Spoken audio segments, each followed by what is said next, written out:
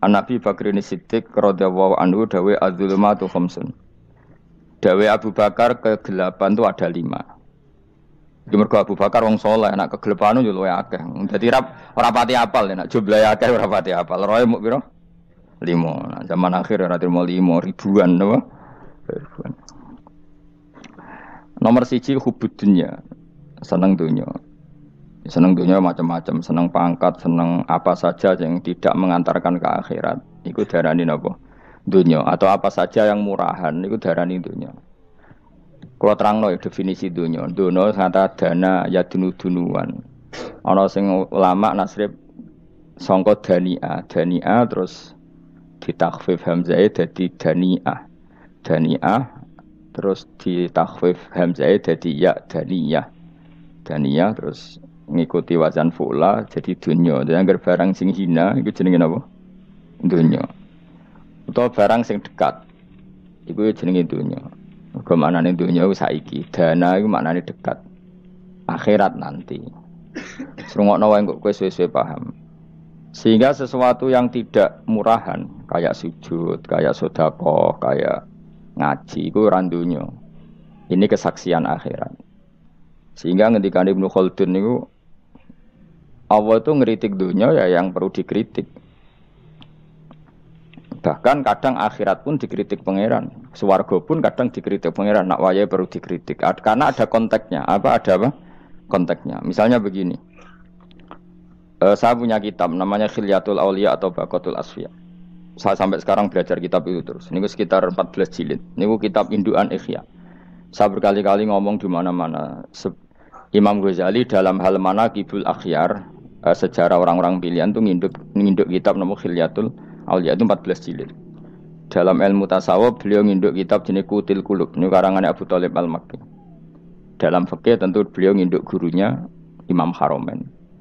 Dan memang kitab itu harus nginduk, kalau tidak namanya mukhtarik, bikin-bikin. Memang syaratnya ulama harus muttabi, dia hanya pengikut, tidak boleh kreasi. Kalau kreasi namanya bid'ah, bid'ah. Kalau terang, di situ ada cerita ada seorang sufi bodoh ngeritik dunia entek ngamal. Dunia wis ora ono benere, dunia iku nggon batang, pokoke dunia iku jifah batang. Sing berebut batang ya siap-siap rebutan mbek asu, pokoke ngomong wis tok ndi-ndi. Sayyidina Umar itu agak tersinggung dengan makalahnya orang sufi yang bodoh ini. Ya rata-rata orang sufi memang bodoh. Kecuali gelem ngaji fikih. Setelah ngomong ngalor ngidul dunia ku swelek terus dekne biasa lah wong sufi terus milih dhewean terus orang lakoni popo, ngerti-ngerti lesu, kok mangan wae lesu. Orang sufi kan gitu. Singkat cerita terus Umar agak marah tapi beliau masih bisa mengendalikan diri terus kata beliau, "Sal sayyidah." Sal hadas sayyid. Kamu tanya hadas sayyid, maksudnya sayyid dalam bahasa dulu itu ya orang terhormat. Dalam bahasa zaman era itu maknanya sayyid itu masih apa? Sadat maksudnya bukan Habib, bukan. Kalau dalam bahasa Arab dulu itu memang kalau Habib itu ya Nabi, kalau Sayyid Sadat itu Sufia itu belum pasti maknanya apa? Habib ya, tokoh-tokoh yang diikuti dalam apa? Makalahnya, dalam apa? Makalahnya. Terus kata Ubay bin Ka'ab, dan ini menurut saya benar sekali dan kamu harus mengikuti Ubay bin Ka'ab. Dia adalah termasuk 6 sahabat yang dipuji Nabi min ahlil Quran apa? Yang dipuji Nabi min ahlil apa? Quran. Kata Ubay bin Ka'ab, lalu Anda masuk surga karena apa? Lalu Anda masuk neraka karena apa? Lalu Anda dapat ridho Allah karena apa? Kamu itu bisa masuk surga lihadidar karena kenangan di rumah ini, maksudnya karena dunia ini. Karena sujud kamu, karena kebaikan kamu, itu di mana? Allah mereferensi amal kamu ya di dunia ini. Kamu masuk surga karena sujud kamu di dunia ini, nanti masuk neraka karena keangkuhan kamu di dunia ini. Fahadi dunya mi'yar, dunia ini adalah takaran. Semua referensi Tuhan tentang akhirat itu merujuk kelakuan kita apa? Di dunia. Sehingga kalau kamu masuk surga selamanya lama, itu ya karena kebaikan kamu di dunia. Maka jangan kritik dunia ini, karena dunia itu mahalu sujudika, mahalu ruku'ika, mahalu pokoknya dia marah-marah. Sehingga semenjak itu kata Ibnu Khaldun, orang tahu dunia yang dikritik adalah dari madatul kalimah dani'ah, suatu yang murahan, apa? Yang murahan. Sehingga kalau misalnya orientasinya itu kebesaran li'ila'i kalimatillah, maka itu tidak termasuk dunia. Dan yang suasananya akhirat tapi motifnya adalah kasal, kemalasan, itu yang benar-benar dunia. Makanya Imam Syafi'i sering kritik tasawuf itu sampai usisati tasawuf alal kasal. Ilmu tasawuf itu basisnya itu karena pemalas. Karena tadi misalnya begini, ini contoh paling gampang. Zaid itu di daerah pinggiran. Di daerah pinggiran di mana Islam itu minoritas. Terus dia ingin kaya raya supaya bisa bikin masjid atau bikin komunitas Islam. Atau dia ingin jabat jadi lurah supaya nggak ada pelarangan orang sholat karena dia yang punya otoritas bikin aturan. Atau kalau mungkin skup lebih besar dia ingin jadi bupati supaya daerah situ familiar dengan Islam karena pejabatnya Muslim. Itu tidak dunia karena semua orientasinya untuk mengawal sujud, mengawal kebenaran. Tapi kalau kamu di daerah pinggiran, kemudian milih DWA, kabeh kersane pangeran, sidik-sidik kersane pangeran, terus kamu meninggalkan aktivitas dakwah, itu yang dunia, karena motivasi kamu adalah al-kasal, males dari mewarnai buminya Allah ini dengan sujud. Ini yang banyak orang sufi salah paham. Makanya orang sufi harus ngaji fikih. Bendekne roh, dielingno wong alim, wong fikih, nak kitmanul ilmi ku haram. Apa kitmanul ilmi haram. Menyimpan ilmu itu haram. Tidak memberi kontribusi dalam proses orang sujud adalah haram. Tidak memberi pencerahan pada umatnya Nabi adalah haram. Menikmati keasikan eling pangeran dewi adalah haram. Dia harus diingatkan gitu terus. Kalau enggak, itu bahaya bagi agama ini. Makanya dulu itu enggak ada orang sufi yang enggak ngaji ulama fikih. Sekarang kebalikan, malah wong sufi darani fikih mau kulit dekne wis tok hakikat, sembrono. Oh tak tobat tenan nak ketemu aku. Itu bahaya, paham seperti itu tuh bahaya. Karena sekarang itu sufi itu jadi identitas kesalehan. Jadi yang rumah kome sufi koyo-koyo sak dhuwure ahli napa? Fikih. Itu bahaya. Karena tadi sufi itu akan ngeritik dunia sepedas-pedasnya.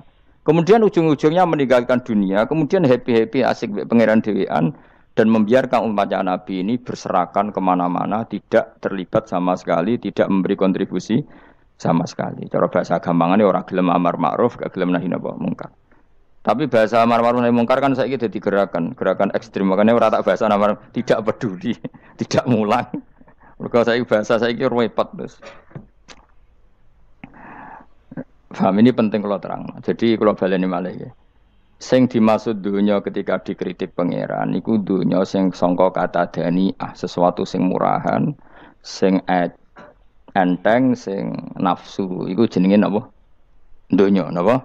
Dunya. Tapi ketika sesuatu itu baik dan mengarah kepada Allah, iki jenenge dunya iki masru'atul akhirah. Maka dunya itu dua status napa? Siji masru'atul akhirah. Dan ini status yang harus kita pakai.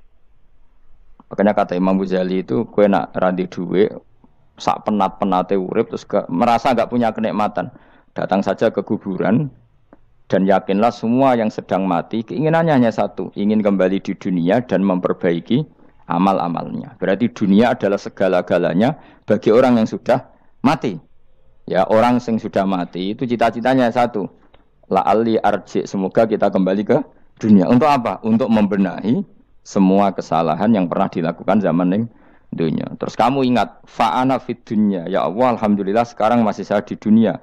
Artinya saya punya satu kesempatan yang diinginkan semua orang yang sudah mati di seluruh dunia.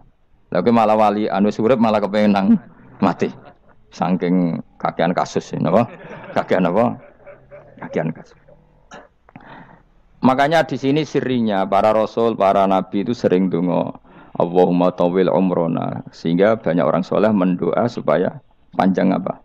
Umur. Itu karena pas itu yang hadir adalah dunia dengan makna masru'atul akhirah. Tapi ada juga wali dan nabi kadang-kadang donga, ya Allah, jika sebaiknya saya mati, mati saja. Itu ketika tergambar dunia yang sudah murahan, yang sudah arogan, yang sudah tidak jelas. Maka dunia ini punya dua status sekaligus. Jika prospek bagi Anda untuk masru'atul akhirah, maka nikmati senikmat-nikmatnya. Tapi jika bagi Anda ini sudah menjadi ladang maksiat apa-apa, maka jadikan dunia ini tempat tobat. Karena akhirat itu enggak ada apa-apanya dibanding dunia. Jadi akhirat itu hanya mereferensi dunia, apa? Mereferensi dunia. Ini penting kula aturno. Kadang-kadang sufi ku menyen goblok ora iso ngaji. Dia nganggep dunia sampai akhirat itu penting akhirat, tapi cara maknaninya salah. Lho kowe nganti ning akhirat mlebu swarga itu karena apa coba? Amal zaman di mana? Di dunia. Berarti penting mana dunia sama akhirat? Penting dunia karena akhirat mau efek, apa? Efek dunia ini yang pokok. Apa dunia ini yang pokok.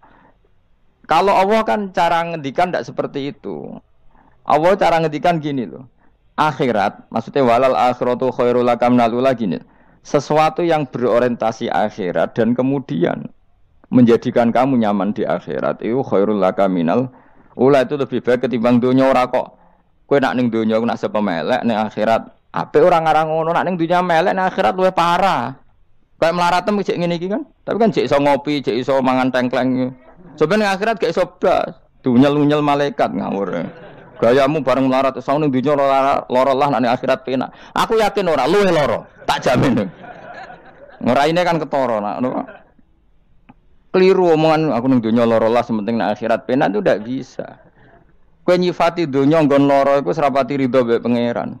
Berarti ketika iso ngopi ra syukur, ketika iso mangan ra syukur, anane nyifati dunya lara. Berarti rapati ridho mbek pangeran. Malah dibles-blesno sebenarnya. Pemenang nak pengurus akhiratnya aku tak tekek. Cuma aku lho pengurus ora sebenarnya.